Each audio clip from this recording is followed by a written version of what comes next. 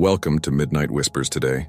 We're venturing deep into the heart of 10 scary true home intrusion horror stories, where the land is as vast as its legends, and just as terrifying. From eerie lights haunting dark rivers to ancient forces that never should have been disturbed, get ready for some of the most disturbing true horror stories that will make you question what's real and what's lurking just beyond the horizon. Imagine sitting alone in your living room, the clock ticking past midnight when you hear it, a slow creak on the stairs that should be empty. Or waking up to find the chair you left by the window has been moved, just slightly, as if someone stood there for hours watching you sleep. These are not ghost tales whispered around a fire. These are encounters with the living, with intruders who found their way inside the very places we trust to keep us safe. Tonight, we peel back the curtains on 10 true accounts of people whose homes were breached, their nights shattered by the sound of footsteps in the dark. Each story is more unsettling than the last because they remind us of one terrifying truth. Sometimes, the monsters don't knock, they're already inside. Chapter 1 begins with a closet door that never should have opened. If a place or a voice like this has ever followed you home, tell us below. Your story might help someone else feel less alone. If these investigations mean something to you, please subscribe. It's just one click, but it keeps the lights on while we keep listening in the dark. Story 1. The Man in the Closet. I've gone back and forth about whether I should even write this out, because to this day I still don't know how to explain everything that happened without sounding paranoid or dramatic. But sometimes the only way to get something off your chest is to put it into words, and maybe if somebody else hears it, they'll believe me, or at least understand why I can't sleep with my closet door closed anymore. This started about 6 years ago, in late October of 2019, when I was 24 and living alone in a small one-bedroom apartment in Columbus, Ohio. I had just gotten out of a long relationship and moved into that place because it was cheap, close to my job at the time, and I liked the idea of having my own space. It wasn't in the best neighborhood, but it wasn't the worst either. A quiet street just a few blocks from a gas station and a row of little shops. My unit was on the second floor, right above a couple in their 40s who fought constantly but were otherwise harmless. The apartment itself was nothing special. Beige walls, thin carpet, old radiator that clanged in the winter, and a sliding closet door in the bedroom that never quite shut all the way. That detail probably doesn't seem important, but trust me, it will later. For the first couple of months, life there was uneventful. I worked late shifts, came home around 11:30, made cheap dinners, and fell asleep to YouTube videos playing on my laptop. But then I started noticing little things that didn't make sense. At first it was small stuff, like I'd swear I left my keys on the kitchen counter, but I'd find them sitting on the coffee table instead. Or a glass I thought I had washed would be in the sink again with water spots. One night I came home and the bathroom light was on. I remember distinctly turning it off before leaving for work that day, because I was trying to cut down on the electric bill. I brushed it off as forgetfulness, but a gnawing feeling kept building in my gut that something was off. Around mid-November, things escalated. I woke up around 3:17 in the morning to a faint sound, almost like fabric rustling. It wasn't the radiator. This was softer, closer, coming from inside my bedroom. My eyes adjusted to the dim glow from the street lamp outside, and for a second I could have sworn I saw the sliding closet door shift just slightly, like it had been nudged from the inside. My heart pounded, but I forced myself to get up and check, telling myself I was being ridiculous. When I slid the door open, the closet was exactly as I'd left it. Clothes hanging in a row, a couple of storage bins stacked on the floor. Nothing out of place. Still, I had trouble falling back asleep that night. The next morning, I convinced myself it was probably a dream brought on by stress. But from then on, I couldn't shake the habit of staring at that closet before going to bed, half expecting to see it move again. And then, about a week later, something happened that shattered any doubt I had. It was a Thursday night, freezing cold outside, with a drizzle of rain tapping against the windows. I got home a little earlier than usual, around 10:15, carrying a bag of groceries. The moment I stepped into the apartment, I had that weird gut feeling again, the one that makes the hairs on the back of your neck stand up. The living room was exactly how I'd left it that morning, but I noticed the bedroom door was half open. I usually shut it when I left for work. I set the groceries down quietly and just stood there listening. The whole apartment was silent except for the faint hum of the fridge. I slowly walked to the bedroom and nudged the door open with my foot. Everything looked normal at first glance. Bed neatly made, laptop on the desk, closet door closed about 3/4 of the way, just like always. But when I stepped further in, I realized something subtle had changed. On the nightstand next to my bed, the drawer was pulled open a couple of inches. Inside that drawer, I kept random stuff, chapstick, receipts, an old phone charger. I never left it open. My stomach dropped. I remember whispering to myself, "No fucking way." And I backed out of the room, grabbed the heaviest thing within reach, a metal umbrella, and did a quick search of the apartment. Kitchen, bathroom, even under the bed, nothing. Finally, I stood in front of the closet door again. My palms were slick with sweat, and I swear it felt like I could hear my own pulse in my ears. I don't know how long I stood there staring at that narrow strip of darkness between the door and the wall, but eventually I pulled it open. Once again, it looked completely normal. Clothes, bins, hangers, dust on the floor. No intruder. No sign of anything. I felt stupid, paranoid, but also uneasy in a way I couldn't put into words. That night I barely slept. I lay there in the dark, straining to hear any sound, and every time the pipes creaked, I jolted awake. Around 4:40 in the morning, though, I heard something that froze me in place. It was the faintest exhale, like someone trying not to breathe too loudly, and I swear to God it came from inside the closet. I didn't move. I didn't make a sound. I just lay there, eyes open, staring at the shadows until the first pale light of dawn slipped through the blinds. The following days blurred together in a haze of paranoia and exhaustion. I started locking my bedroom door at night, though the flimsy lock didn't make me feel any safer. I bought one of those cheap doorstop alarms and wedged it under the handle. But still, weird things kept happening. My shoes were moved from one corner of the room to another. I found an empty water bottle under the bed that I knew wasn't mine. And one evening when I came home, the faint smell of cigarette smoke lingered in the air even though I didn't smoke and my windows had been closed all day. I started wondering if maybe my downstairs neighbors were sneaking in somehow, though that didn't make much sense either. I told a friend about it over lunch one day, trying to sound casual, and she laughed it off, said I was probably just stressed and needed to sleep more. But then came the night that confirmed everything I'd been dreading. It was December 2nd, a Monday, and I'll never forget it because I still have the text messages I sent my brother that night at 2:08 a.m. I woke up again to that faint rustling sound, only this time it was louder, more deliberate. I reached over to grab my phone, the blue light illuminating the room just enough for me to see that the closet door was now wide open. I hadn't left it that way. My breath caught in my throat, and before I could even process what was happening, I saw movement. Slow, deliberate movement from inside the closet. A man, tall and thin, stepped out, his face partly hidden in the shadows. I remember every detail burned into my brain. The ragged hoodie he wore, the greasy strands of hair falling over his forehead, the glint of his eyes reflecting the light from my phone. He didn't say a word. He just stood there watching me. For a few seconds, neither of us moved. I couldn't even scream. Then, as if realizing I was frozen, he turned and bolted out of the bedroom, sprinting down the hall toward the kitchen. I jumped up, heart pounding, and locked the bedroom door behind him. I heard the sound of the front door slamming shut a moment later. I called 911, voice shaking so badly I could barely get the words out. The police showed up 20 minutes later, searched the place, found the front door lock damaged like it had been jimmied open. They never caught him. The officer told me it looked like the guy had been staying there for a while, hiding in the closet and sneaking out whenever I left. They even found a blanket stuffed behind the storage bins along with half-eaten food wrappers. I ended up breaking the lease and moving out within a week. But to this day, every time I wake up in the middle of the night, I can't help but glance at the closet, no matter where I live, just to make sure it's still closed. Story 2. Footsteps in the basement. I used to think I was the kind of person who could rationalize anything. Pipes creak, old houses shift, neighbors slam doors, that sort of thing.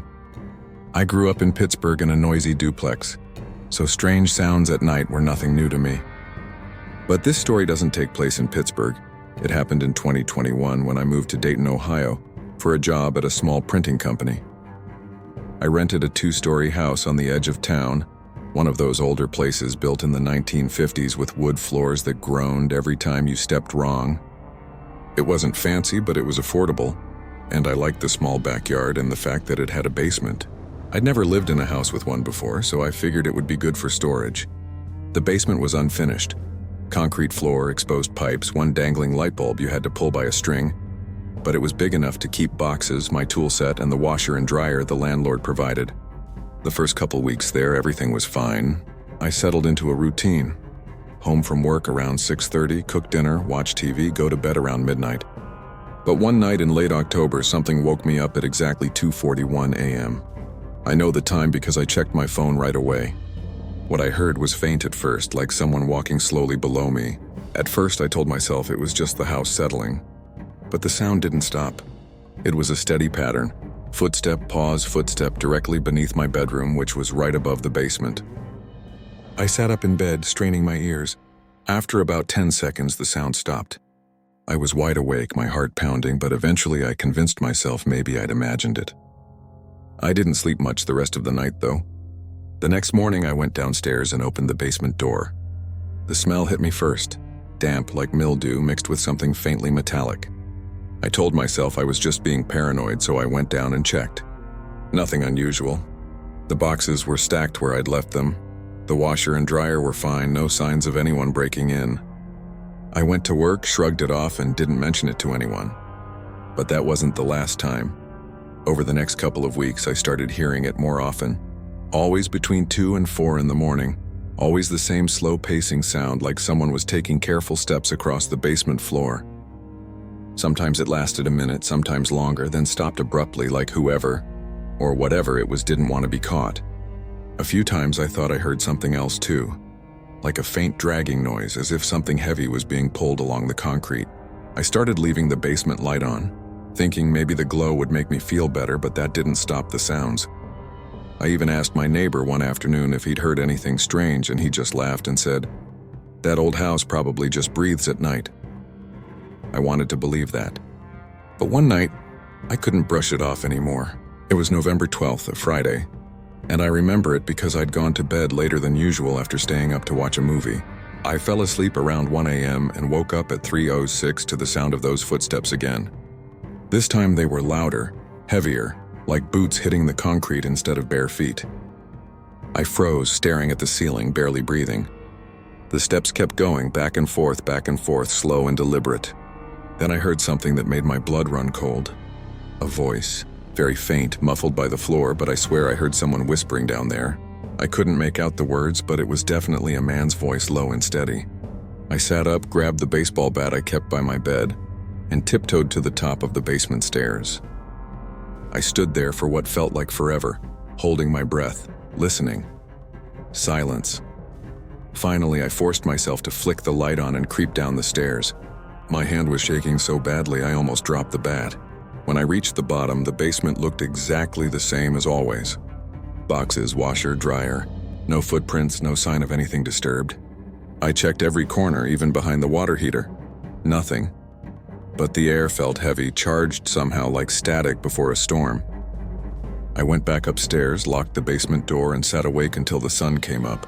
The strangest part is I didn't leave right away. You'd think that would be enough to make someone pack their bags, but life isn't that simple. I couldn't just break my lease and move. Rent was cheap, and I told myself if I ignored it, maybe it would go away. But the problem is, it didn't go away. It got worse. Over the next month, I barely slept. I'd wake up almost every night between 2 and 3 a.m. to those same deliberate footsteps below me. Sometimes they stopped as soon as I sat up, like whoever was down there knew I was listening. Other times they went on for minutes, circling, pacing, dragging. I started recording audio on my phone at night, but weirdly enough, nothing ever came through. Just silence. I even called the landlord once to ask if maybe there was a crawl space or access point I didn't know about, and he told me no. The basement was sealed except for the back door that opened to the yard. That back door had a rusted padlock on it, and I checked it every night. Still, the noises continued. Then in mid-December, I came home from work to something that made me realize I couldn't just ignore it anymore. The basement door was standing wide open. I never left it that way. I always shut it, locked it. But when I walked in, there it was, gaping into the darkness below. I nearly turned around and walked out, but instead I grabbed the bat again and forced myself down the stairs. The light was off this time, so I pulled the string and illuminated the room. At first, nothing seemed different. Then I saw it. One of my cardboard boxes had been dragged into the middle of the floor, half crushed like someone had sat on it. Inside that box were old family photo albums. The lid was off, and pictures were scattered across the concrete. Some of them were wet, like they'd been licked or handled with damp hands. My throat went dry. I scooped them up, shoved them back in the box, and bolted upstairs. That night I didn't sleep at all. I sat on the couch with every light in the house on, staring at the basement door, waiting for it to move again. It never did. But around 4:12 a.m., I heard that faint dragging sound start up again below me, slow and steady like someone pulling a body bag across the floor. Story 3, the locked door. I don't really know where to start with this except to say that it's been almost 4 years and I still can't fully explain what happened. It wasn't one big dramatic event like a movie scene. It was a slow drip of things that got stranger and stranger until I couldn't ignore them anymore, and by then it was too late. I had just moved into a small rental house in Bloomington, Indiana, in early March of 2020, right before everything shut down for the pandemic. The house was old, a one-story bungalow with yellow siding and a sagging porch that looked like it hadn't been painted since the 70s. The rent was dirt cheap, $720 a month, and I figured it was worth putting up with the quirks like the drafty windows and the bathroom sink that took a full minute to drain. What I didn't realize was that the lock on the front door was one of those quirks too. The landlord had promised to replace it after I signed the lease because the deadbolt didn't quite fit the frame, but he never got around to it.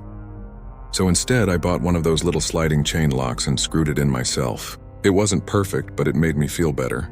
I was working from home by then, and like everyone else, I was spending most of my time indoors, which made me notice every creak, every draft, every flicker of the old overhead lights. I told myself I was just adjusting to living alone for the first time, but things started happening that didn't feel like simple adjustments. The first time I came home and found the door cracked open, I thought maybe I'd just been in a hurry that morning. It was April 11th, 4:20 in the afternoon. Cloudy and a little rainy. I remember it clearly because I texted my sister right after. I walked up the porch and saw the front door sitting just slightly ajar, maybe 2 inches with the chain still hanging loose. I froze on the steps, staring at it, listening for any sound inside. After about a full minute, I forced myself in, grabbed a broom from the kitchen and did a shaky lap around the place. Nothing was missing, nothing was moved. But that feeling, that electric charge in your chest when you know something isn't right, it stuck with me all evening. I told myself maybe the wind had pushed it open, though deep down I knew the chain should have kept it shut. I locked it carefully that night, checking it 3 times before going to bed. But at 2:43 in the morning, I woke to a soft noise from the living room, like wood creaking under weight. I didn't dare get up. I just lay there under the blanket, clutching my phone, listening until my ears rang. When I finally drifted off again, the chain was the last thing I thought of. It got worse after that. I started noticing little details out of place, like my coffee mug on the wrong counter, or the bathroom light left on when I knew I had shut it off. Once I came out of the shower and found my bedroom window open 2 inches, though I never opened it because the screen was broken, and I didn't want bugs.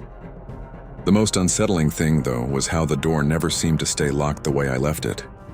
More than once, I'd check it at night, sliding the chain and twisting the deadbolt only to wake up and find it sitting loose again. I kept telling myself it was just a bad lock or maybe I was absent-minded, but I knew I wasn't. On May 2nd at 3:11 a.m., I woke up to the distinct sound of the chain scraping against the doorframe, like someone was gently testing it from the outside. I sat up in bed, every nerve screaming, and I listened for what felt like forever. Eventually, the sound stopped, and when I finally worked up the courage to check, the door was perfectly closed, the chain in place, no one outside. I barely slept the rest of the week, jumping at every noise. A friend came by the next weekend to help me check the locks, and when I explained what had been happening, he gave me this look, half amused, half concerned, and said, "Dude, you're probably just losing it being cooped up in here." Maybe he was right, I thought, but then in mid-June it escalated again. I woke up one night around 2:57 a.m. to the sound of soft footsteps in the hallway outside my bedroom. Not the house settling, not my imagination. Real slow steps on the wood floor moving closer to my door. My throat went dry and I just stared at the faint sliver of light under the door. waiting to see if a shadow would pass. Nothing happened, no one entered. But when I checked the front door in the morning, the chain was unlatched. That was the first morning I seriously considered moving out. I even called my landlord that afternoon asking if anyone had a spare key. And he swore up and down that no one did, that the locks hadn't been changed in years. He brushed it off, told me maybe I should get out of the house more. But by then I'd stopped believing it was in my head. The last month I stayed there, things crossed from unnerving to unbearable. I started waking up almost every night at nearly the exact same time, between 2:40 and 3:15 a.m., to either a sound or a feeling that someone was in the house. Sometimes it was footsteps. Sometimes it was the faint scrape of the chain, like fingers brushing metal. Once I swear I heard breathing outside my bedroom door, steady and low as if someone was pressing their face right against the wood. I didn't dare open it. I just lay there until dawn, shaking. During the day, I found little signs that someone had been inside. A fork out of place, the TV remote on the floor, my phone charger unplugged.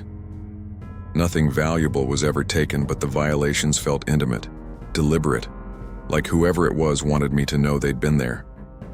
On July 8th, the worst thing happened. I came home from getting groceries middle of the afternoon, bright and sunny, and found the door wide open, the chain hanging loose. Inside, everything looked normal, except for the fact that every interior door was standing open, including the bathroom and bedroom, even though I always kept them shut. I stood there in the entryway, groceries still in my arms, and for the first time I thought I saw movement down the hall. Just a flicker, like someone slipping out of sight. I shouted, something stupid like, "Hello?" But no answer came. I dropped the bags, ran outside, and sat in my car shaking until my neighbor came out and asked if I was okay. I lied and said I locked myself out.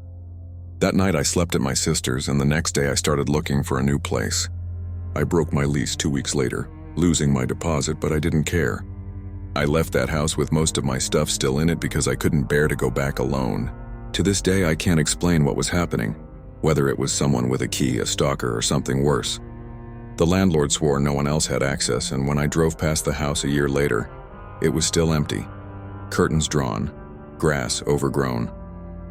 But sometimes when I wake up in the middle of the night around 2:45, I swear I can hear that same faint scrape of a chain on a door that isn't there anymore. Story 4. The Man at the Window.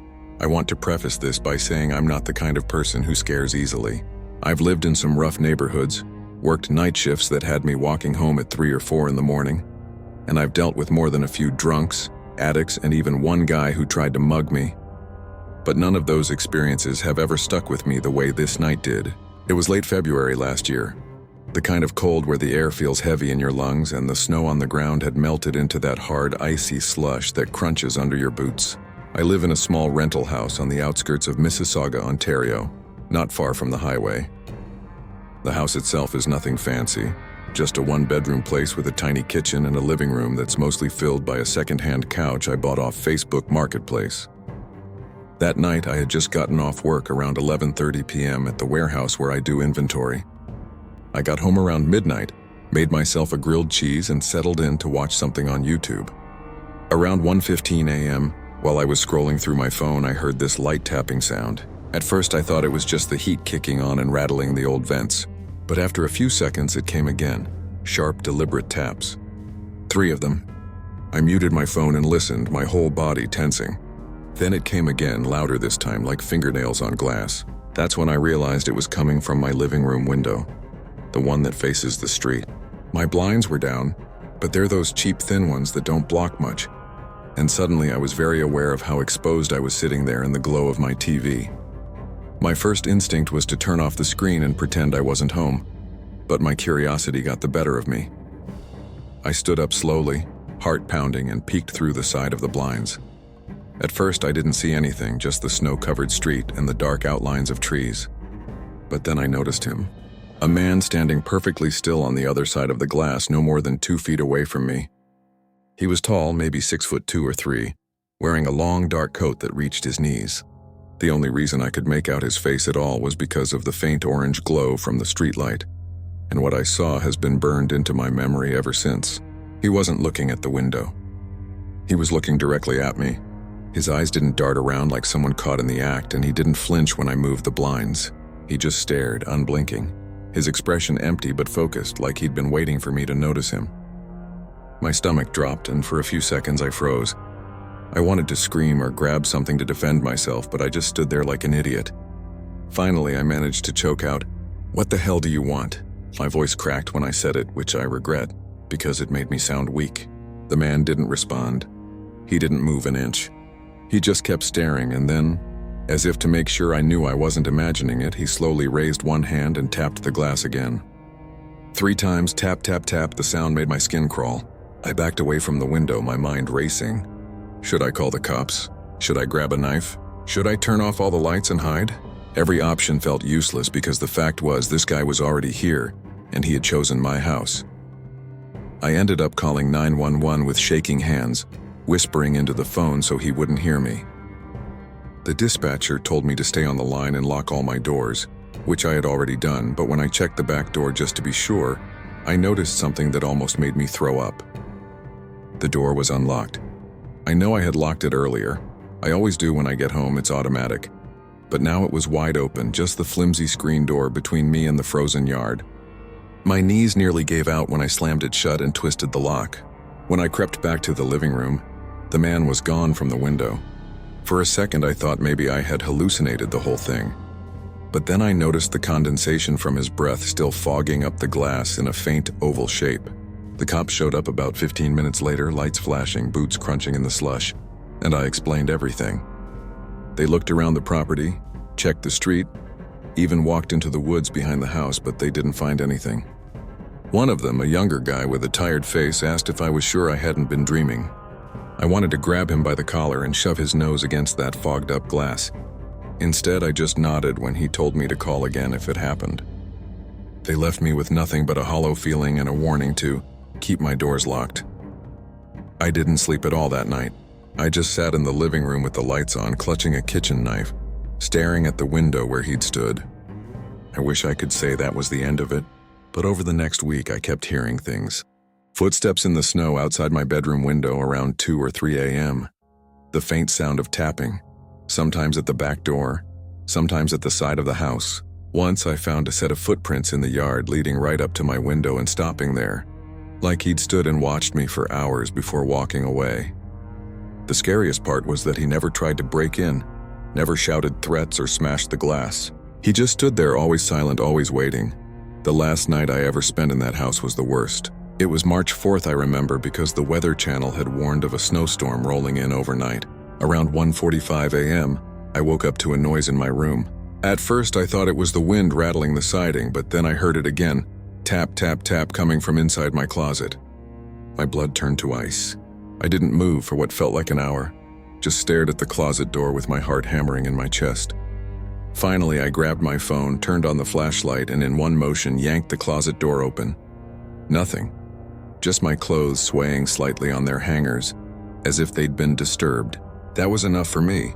I grabbed a duffel bag, stuffed in some clothes, my wallet, and my phone charger, and drove straight to my brother's place in Toronto, white-knuckling the wheel the whole way through the storm.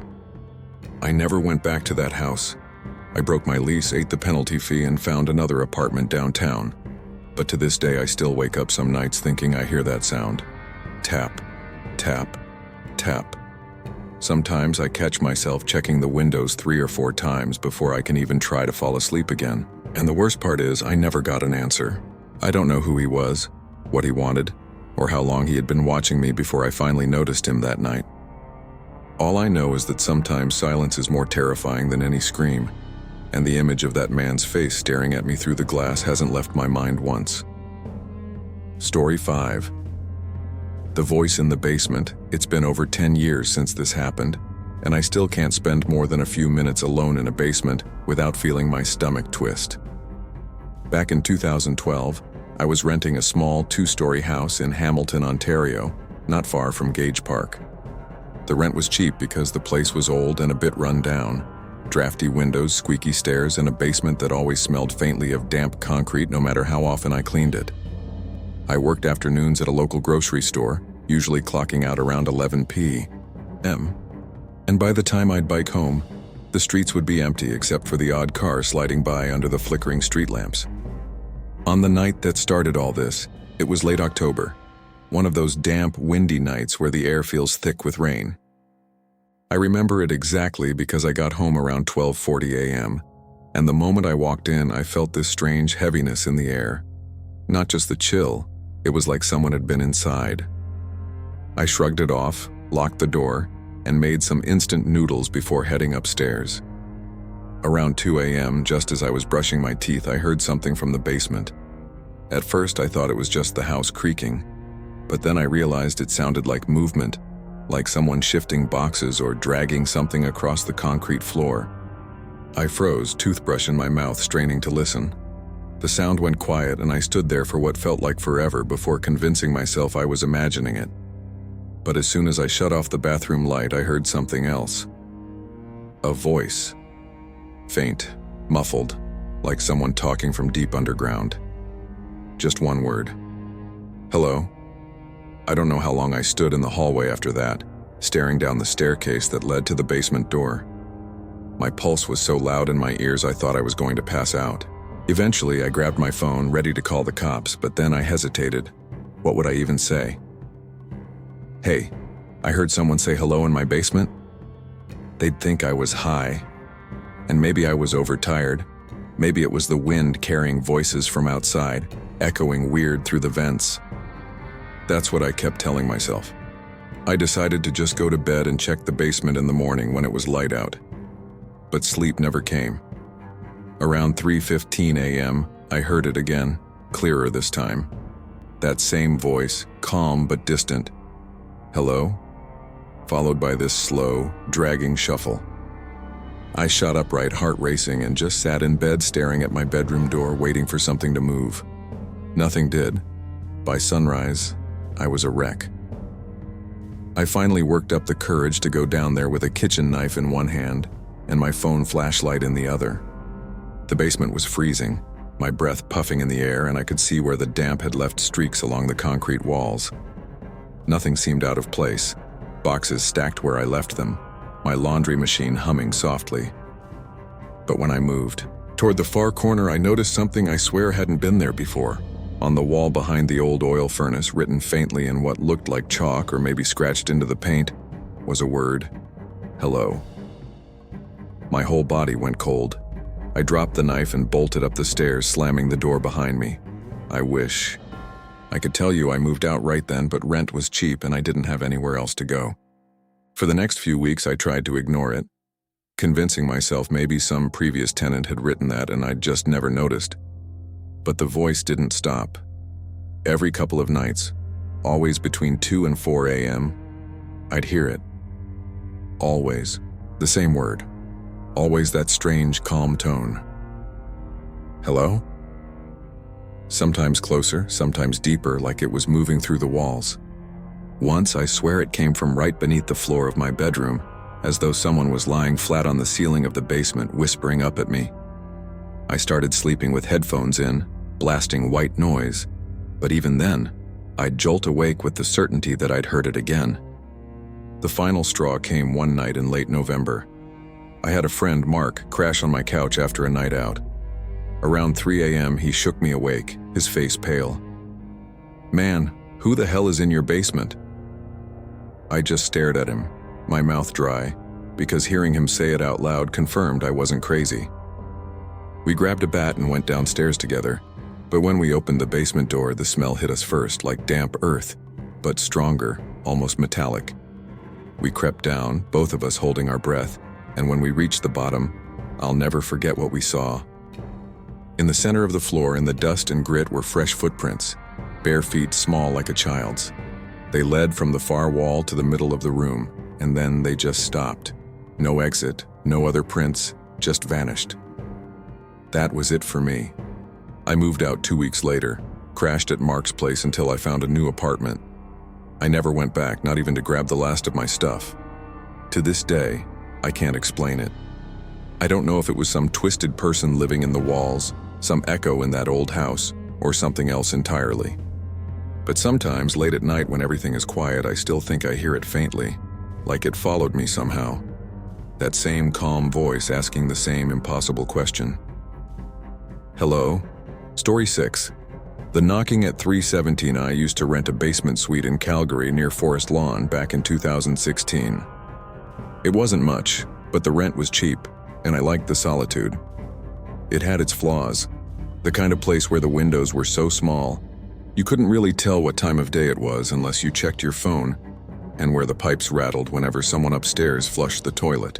I worked construction then, long hours, usually leaving the house by 6 a.m. and crashing early, but sometimes I'd stay up late just watching movies on my laptop or scrolling aimlessly, because it was hard to fall asleep without the hum of people upstairs. One night in late November, I was up later than usual, close to 3 a.m. I know the exact time because I just glanced at my phone. The snow had been coming down heavy all day, the kind that silences everything outside so the world feels like it's padded in cotton. That's when I heard the first knock. It wasn't on my door. The entrance to my suite was down a set of concrete steps at the back of the house, but from the window above my bed. 3 short knocks, sharp, like knuckles on glass.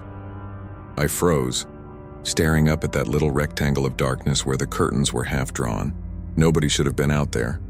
That window was half buried in the snowbank that had piled up against the wall. I sat there, barely breathing, listening. A minute passed, and then it came again. 3 knocks. Calm, steady, too deliberate to be a branch or ice shifting. I finally forced myself out of bed, every nerve screaming at me not to. I crept closer, moving slow, my phone flashlight gripped like a weapon. When I inched the curtain back, I nearly dropped it. There was no one there, at least no face, no figure. Just the snow pressed against the glass, frost feathering the edges. But the thing that made me feel sick was the marks. 3 small indentations in the snow right where the knocks had come from, as if fingertips had pressed into it, melting just slightly from warmth. I backed away and sat on the edge of my bed trying to steady my breathing. My first thought was maybe some kid was messing around, but I knew the neighbors, and none of them would have been outside barefoot in -15 weather in the middle of the night. I kept the light on until the sun came up. The next day when I checked, the snowbank looked untouched, smooth except for those 3 faint impressions. I told myself I'd imagined it, that maybe I'd dreamt it while half asleep, but the next night, at exactly 3:17 a.m., it happened again. 3 knocks, same spot. This time I didn't look. I pulled the blankets over my head like a scared kid and lay there sweating until morning. I barely slept for days after that. I even tried setting alarms earlier so I'd be awake when it happened, but no matter how much I braced myself, the knocks always came. Always 3, always at 3:17. About a week later, I had a friend over, my buddy Sean, who'd sometimes crash after we played video games too late. I hadn't told him about the knocking because I didn't want to sound insane, but that night, we ended up falling asleep in the living room. Him on the couch, me in a chair. Around 3:20, I jolted awake, heart pounding, because I realized I hadn't heard it. I sat there in the dim glow of the TV screen, thinking maybe it had stopped, maybe it was all in my head. Then Sean stirred, sat up, rubbed his eyes and said, groggily, "Man, who the hell keeps knocking on your window?" My blood went cold. I didn't even answer. We sat in silence, both listening, and after a few minutes it came again. Knock, knock, knock, clear as day. But this time it wasn't at the bedroom window. It came from the door at the bottom of the steps, the back entrance. Sean gave me this look like, "We're not going down there," and I shook my head. We waited, holding our breath until the sun started to rise. Neither of us ever spoke about it again, but a week later I packed my things and broke my lease. I didn't care about losing my deposit, I just couldn't stay. The weirdest part is sometimes I still wake up in the middle of the night, years later, and my phone will read 3:17 a.m. I'll lie there, holding my breath, waiting for it, and more often than I'd like to admit, I swear I hear it faintly no matter where I've lived since. That same calm, deliberate sound, knuckles rapping in a slow rhythm, like something patient has followed me and is still waiting to be let in. Story 7. The Man in the Parking Lot. This happened back in the summer of 2018 when I was living in Edmonton and working late shifts at a hotel near White Avenue. My schedule was always off. I'd clock out around 1 or 1:30 a.m., and because the buses didn't run that late, I usually walked home, about 25 minutes through mostly quiet residential streets. It wasn't the safest routine, but I had gotten used to the silence, the sound of my shoes scuffing against the pavement, and the glow of the street lamps stretched out in patches along the road. On this particular night, it was warm and muggy, around 1:45 a.m., and the sky was that pale gray it gets when the clouds hang low and block the stars. I cut through the parking lot of a strip mall, the same shortcut I always used. It was empty except for a few scattered cars and a row of dumpsters against the wall. As I was walking, I noticed a man leaning against one of the lampposts at the far end. He wasn't moving, wasn't smoking or looking at his phone, just standing there perfectly still like he'd been waiting. I told myself it was nothing. People hang around parking lots all the time, maybe waiting for a ride or just killing time. But as I passed through the middle of the lot, I realized he hadn't taken his eyes off me. His head tracked my movements, slow and deliberate, like he didn't care if I noticed. That small detail made the hair on my arm stand up. I kept my head down and walked faster, trying not to look back, but the silence of the night made every sound sharper. That's how I knew when his footsteps started behind me. They weren't rushed, but they were steady, keeping pace with mine. The kind of footsteps that were just close enough to feel intentional, but not close enough to be considered following. I remember glancing at my phone and seeing 1:52 a.m. as I passed a shuttered laundromat, my pulse hammering in my ears. I thought about calling someone, but who was I going to wake up at 2 in the morning? I told myself to stay calm, that if I broke into a run, I might trigger something worse. Still, my hands were sweating, and I shifted my backpack so I could grab the strap like a weapon if I had to. The footsteps trailed me all the way to the end of the block, and when I finally worked up the courage to glance back, the man had stopped. He was standing under a streetlight about 50 feet away, still facing me but not moving. His posture was rigid, arms at his sides, head tilted slightly like he was studying me. I muttered "Jesus Christ" under my breath and turned onto a residential street, hoping to lose him. The houses there were dark, most people asleep, and I suddenly hated how alone I was. That's when I heard it again, the footsteps. Slower this time, crunching on the gravel behind me. I spun around and he was closer. Not running, not sneaking, just walking straight down the middle of the road toward me. I yelled out, "What the fuck do you want?" My voice cracked, echoing in the quiet. He didn't answer. He didn't even break stride, just kept coming, calm and steady. Eyes locked on me like I was the only thing in the world. I bolted. My body finally gave in to panic and I sprinted toward the next street, heart jackhammering in my chest. I cut across someone's lawn, stumbled over a flower bed and ducked behind a hedge, crouching low in the shadows. My breathing was ragged and I tried to muffle it with my hands. For a minute, all I heard was my pulse in my ears, but then the footsteps came again. Not running, just that same unhurried rhythm. Crunch, crunch, crunch. They passed the hedge, so close I could see his outline against the dim glow of the streetlight. Tall, thin, his head turning side to side as though he knew I was there but wasn't in a rush to flush me out. I don't know how long I stayed crouched like that, but eventually the sounds faded, and when I dared to peek out, the street was empty. I didn't go home that night. I walked to a 24-hour Tim Hortons and sat there until the sun came up, sipping burnt coffee with shaking hands. I told myself maybe he was just some drunk. Maybe it wasn't as bad as I thought. But here's the part that still keeps me awake.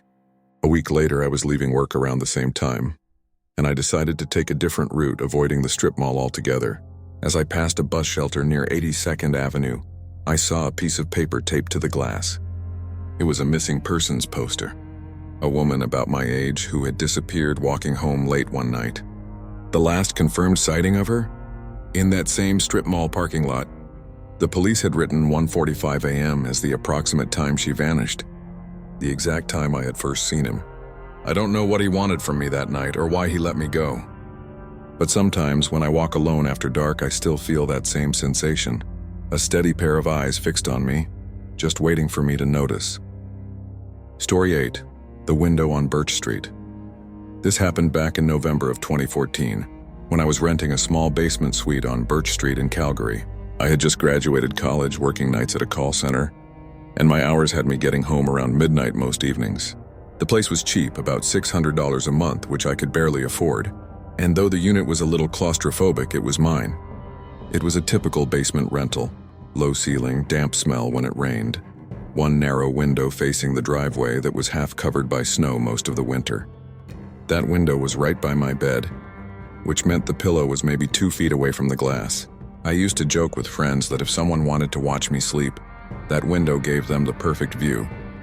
I didn't really think much of it until the first time I woke up at 2:47 a.m. to the sound of faint tapping on the glass. At first I thought it was tree branches or maybe just snow sliding down, but when I sat up my heart froze because there weren't any trees outside that side of the house, just the gravel driveway. I didn't see anyone when I looked, but the tapping stopped the second I moved. I brushed it off, tried to laugh at myself, and went back to sleep. But after that night I started noticing little things. My curtain, which I always kept shut tight, would be pulled slightly open in the mornings. A faint shoe print once appeared in the snow outside the window, even though the landlord swore nobody had been in the driveway. The feeling of being watched became so strong that I started leaving the bedside lamp on while I slept, even though I hated wasting electricity. Things escalated about 3 weeks later. I came home around 12:30 a.m. exhausted, and as I was fumbling with the key to my basement door, I noticed something strange.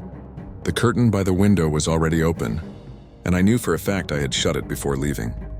I stood frozen on the steps, holding my keys like a weapon, heart pounding in my ears. Eventually, I convinced myself maybe I had just forgotten, so I forced myself inside.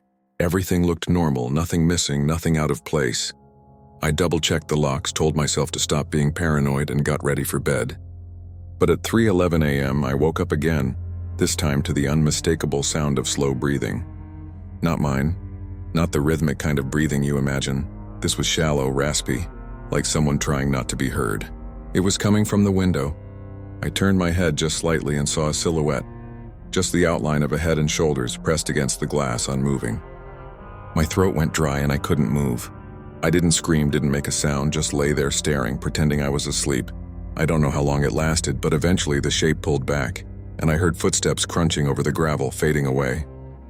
I didn't sleep at all the rest of the night, just sat there with my phone in my hand, too scared to call the police because what could I say? That I thought someone was breathing at my window? They'd think I was crazy.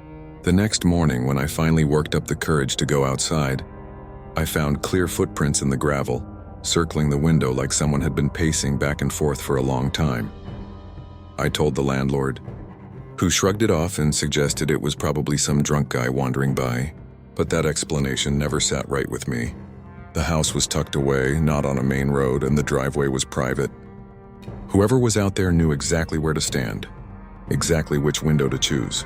After that, I started staying at friends' places whenever I could. But on nights, I had no choice but to sleep there. I would wake up to the sound of tapping at almost the same time, always between 2:45 and 3:15 a.m. Once, when I dared to peek through the curtain, there was nothing at first, just darkness. But then a face leaned into view suddenly, pressing against the glass with a smile that didn't move. No blink, no breath fogging up the window. I dropped the curtain and didn't look again, shaking so badly I thought I was going to throw up. A week later, I packed up and left the lease early, losing my deposit just to get out. I never told my parents why, just said the place was too damp.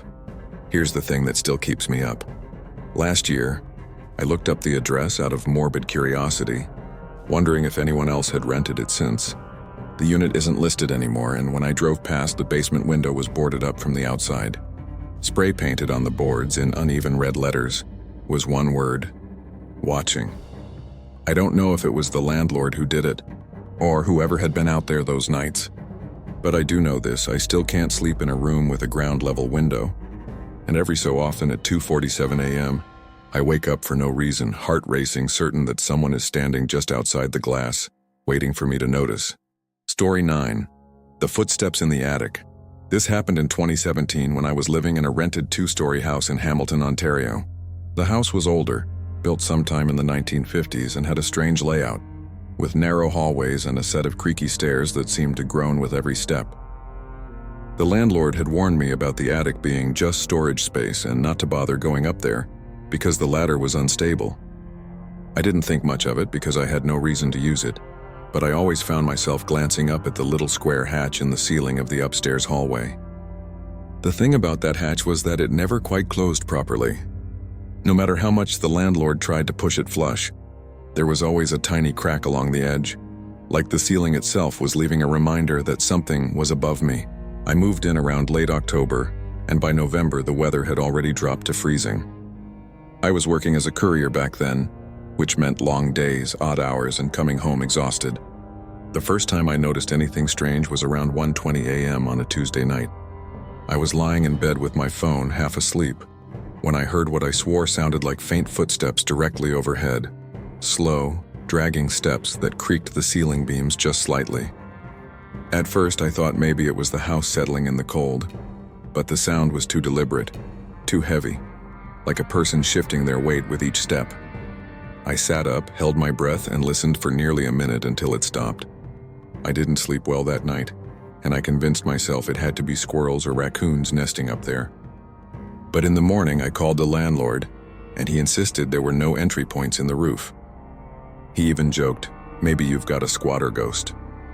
I laughed along, but inside I didn't feel like laughing. Over the next few weeks, the sounds grew more frequent. Always late at night, usually between 1 and 3 in the morning, I would hear pacing, back and forth, slow, careful, as though whoever or whatever was up there was deliberately trying not to be heard. One night I decided to test it. At 2:08 a.m., when the footsteps began, I tiptoed out of my bedroom into the upstairs hall and stood directly beneath the hatch. The house was dead silent except for my own breathing, and then faintly, the sound of weight shifting on the beams above me. When I whispered, "Hello?" the noise stopped instantly, and the silence that followed felt heavier than the sound itself. I remember staring up at the small crack of darkness between the hatch and the ceiling, feeling absolutely certain that something on the other side was staring back at me. I didn't sleep in my bedroom after that night. I dragged my mattress downstairs into the living room and told myself it was just temporary. But even there, I wasn't safe. Twice, I woke up to faint creaks above me, even though the attic didn't extend over the living room. The second time it happened, I realized the sound wasn't above me, it was on the stairs. Like someone had descended halfway and was standing still in the dark, listening. My front door was locked, my windows bolted, and yet I couldn't shake the feeling that I was not alone in that house. I started keeping the TV on low while I slept, just for background noise, but no matter how much I tried to drown it out, the house had a way of reminding me it was listening back. The breaking point came in late December during a snowstorm. It was bitter cold, the kind of night where the wind howls against the walls and you can hear it squeezing through old cracks in the wood. I was bundled in a blanket on the couch when the power flickered and went out, plunging the house into silence except for the wind. At 3:04 a.m., I heard the attic hatch creak open. I swear to God I heard the distinct scrape of wood on plaster, slow, deliberate, as though someone was pushing it aside inch by inch.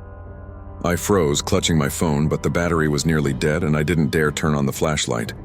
I just sat there in the dark, staring at the shadowed outline of the hallway, listening as something descended the ladder step by step. The sound stopped halfway and then nothing, just silence so thick I thought I could hear my own pulse. I didn't move until dawn light started bleeding through the windows. When I finally forced myself to look, the hatch was shut again, perfectly in place, no sign it had ever opened. I moved out 2 weeks later without giving notice, lost my deposit, and never looked back. But here's what eats at me to this day. Every so often around 1:30 in the morning, I still wake up in my new apartment with the distinct sound of faint creaking overhead, like slow, deliberate footsteps tracing my ceiling. And there's no attic here, just another tenant above me. At least that's what I keep telling myself. Story 10. The Man in the Hallway. This story still makes me uneasy to even write out, because the memory doesn't feel like something that belongs to the past, it feels like it's waiting. Like I'll wake up one night and find myself right back there. In 2019, I was renting a small duplex in Scarborough, Ontario, while finishing night classes at college. The neighborhood was quiet, mostly families, the kind of place where people waved when they mowed the lawn. My unit was the left half of a 2-story house, and the landlord lived in the right side with his wife. I thought it would feel safer that way, knowing the owners were literally on the other side of the wall. The interior of my unit was cramped but comfortable. Narrow staircase, beige carpets, a long hallway upstairs with my bedroom at the very end. That hallway always bothered me a little. It had a single window at the far end next to my door, and at night the street lamp outside would cast a yellow glow through it that stretched all the way down to the stairs. When I came home late from class, usually around 11:30, I'd walk into that dim hallway, my footsteps muffled in the carpet. And every single time I felt like I wasn't walking toward my bedroom. I was walking toward something waiting just out of sight. I'd joke with friends about it, even laughed it off until one night in early November when I came home and noticed the glow in the hallway wasn't empty. There was a figure just for a second at the far end near my bedroom door, not moving, just standing there. The moment I blinked, it was gone and the hallway looked the same as always. I told myself it was the trick of headlights outside, but that explanation didn't settle in my chest. It felt heavier than that, like the air had remembered the shape of someone who had been there a little too long. After that, I started paying closer attention to the hallway. Every night without fail, the shadows seemed to shift differently there, like the light bent wrong. On a Wednesday around 12:45 a.m., I was brushing my teeth in the bathroom upstairs when I heard slow footsteps on the carpet. They were soft, muffled, but steady, like someone walking down the hall. I froze with the toothbrush halfway to my mouth, foam dripping down my chin, and listened. They stopped right outside the bathroom door. My heart was pounding so hard I could barely hear, and I remember whispering, "Hello?" like an idiot, nothing, no sound. When I pulled the door open, the hallway was empty, but the carpet in front of the door looked freshly indented, like weight had pressed into it. I didn't sleep that night. The next morning, I told the landlord about it, and he gave me this strange look before muttering something about old houses settling and quickly changing the subject. His wife, though, avoided my eyes completely. A week later, I was coming up the stairs around midnight, bone-tired from studying, when I looked down the hallway and saw him again. This time, there was no mistaking it. A tall man, thin, almost skeletal, standing right at my bedroom door. He didn't move, didn't sway, didn't breathe. He was just waiting. I froze halfway up the stairs, gripping the railing so hard my knuckles hurt. And for a solid 30 seconds, we stayed like that. Me staring up at him rooted in place. And then, without a sound, he wasn't there anymore. Just the glow of the street lamp and the faint outline of my closed door. I slept on the couch downstairs after that. The final straw came in December, the night of a snowstorm. I'd fallen asleep on the couch with the TV on, the storm rattling the windows. At exactly 3:07 a.m., I woke up to the sound of heavy footsteps above me moving down the hallway. Slow, deliberate, as if someone was pacing from the bathroom to my bedroom. I stared at the ceiling, every muscle in my body rigid, listening as the footsteps stopped directly above me, right at the top of the stairs. The storm outside had died to a muffled silence, and in that stillness I heard something I will never forget. A low, rasping breath, drawn out and uneven like someone struggling to breathe after running. It was so close it felt like it was seeping through the ceiling itself. I grabbed my phone with shaking hands, dialed 911, but before I could even press call, the sound stopped. The silence was worse.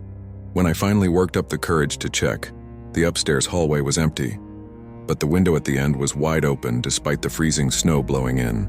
My landlord swore the latch had been nailed shut years ago because it was broken. I moved out within the week, leaving most of my things behind. To this day, every time I wake up in the middle of the night, I half expect to see that long hallway stretched out in front of me again, with a figure standing at the end, waiting for me to come home. And that brings us to the end of these 10 true home intrusion horror stories. Each one lingers because it doesn't tie itself up neatly. That's what makes them so terrifying. They don't end when the story stops. They end when you realize it could happen to you, or that it maybe already has. The strange noise you brushed off last week. The shadow you swore was just your imagination. The footsteps you heard when you thought you were home alone. What if those weren't accidents? What if someone or something was just patient enough not to be seen? These stories stay with me because they remind us of a truth we don't want to face. The real horror isn't what's in books or movies. It's what waits quietly on the other side of the door. What peers through the glass when you're half asleep. What memorizes your routines when you think you're safe. If a place or a voice like this has ever followed you home, tell your story below. You never know who it might help. And if these investigations mean something to you, please subscribe. It's one click, but it keeps the lights on while we keep listening in the dark.